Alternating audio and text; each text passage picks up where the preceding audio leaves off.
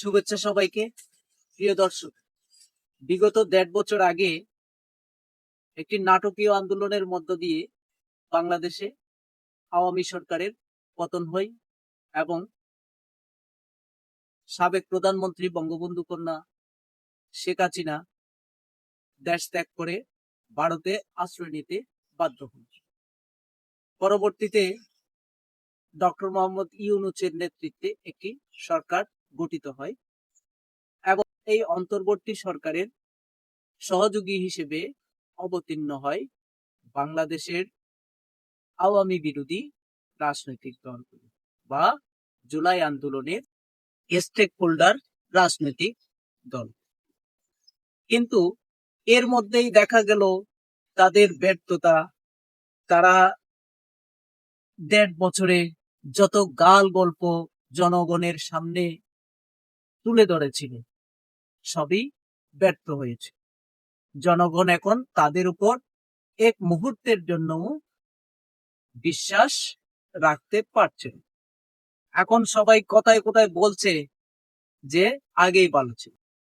এখন এই যে ১.৫ বছরে অন্তর্বর্তী সরকারের ব্যর্থতা, এটা কি শুধুই অন্তর্বর্তী সরকারের ব্যর্থতা?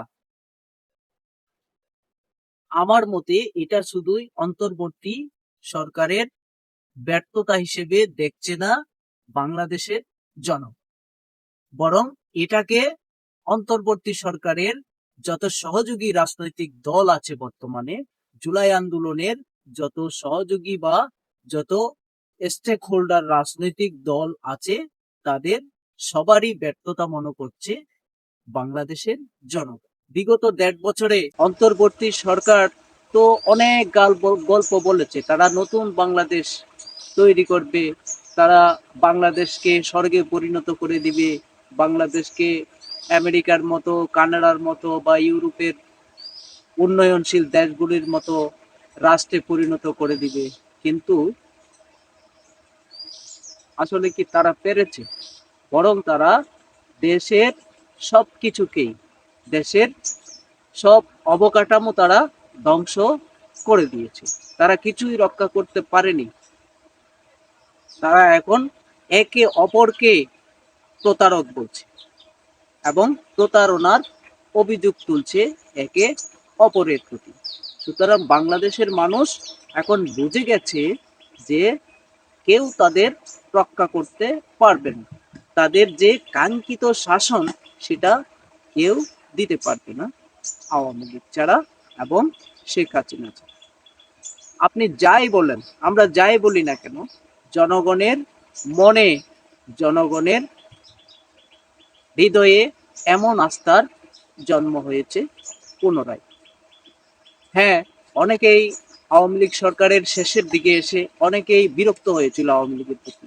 এমনকি আওয়ামী লীগের অনেক নেতাকর্মী এবং আওয়ামী লীগের সাথে সরকারে কিংবা বিরোধী দলে যেসব রাজনৈতিক দলগুলি ছিল তাদের সবার প্রতি যেন দেশের সাধারণ মানুষ থেকে শুরু করে তাদের নিজেদের নেতাকর্মীরাও, তাদের নিজেদের অনেক নেতাকর্মীরাও বিরক্ত হয়েছে।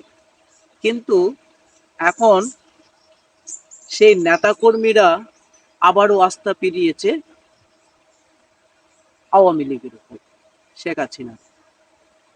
শুধু নেতাকর্মীরা না, বাংলাদেশের সাধারণ মানুষের যে বৃহত্তর অংশ, যে বড় অংশটি, সেই অংশটি এখন বাংলাদেশের নিরাপত্তার জন্য, বাংলাদেশের শান্তির জন্য, বাংলাদেশের সমৃদ্ধির জন্য আওয়ামী লীগকেই খুঁজছে, শেখ হাসিনাকেই খুঁজছে। তারা আর কারো কথায় আস্থা রাখতে পারছে না, অন্তর্বর্তী সরকারের কথাই, না বিএনপির কথাই, না জামাতের কথাই।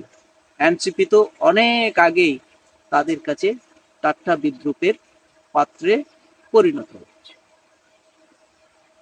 আজকের মতো এটুকু। সবাই ভালো থাকুন, সুস্থ থাকুন। ধন্যবাদ।